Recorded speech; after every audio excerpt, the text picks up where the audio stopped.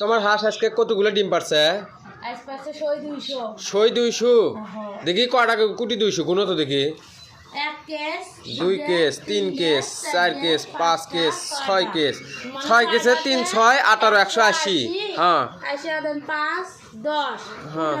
10 একটা কেস 80 আর 20 তার খাতা হলো এটা করে 5 টাকা আছে না? 1 2 3 4 5টা 1 2 3 4 4 5 20 20টা তাহলে 200 টাই হলো। তোমার হাঁসের খাবার খরচা কত যাচ্ছে? 3 দিনে 6000 টাকা যায়।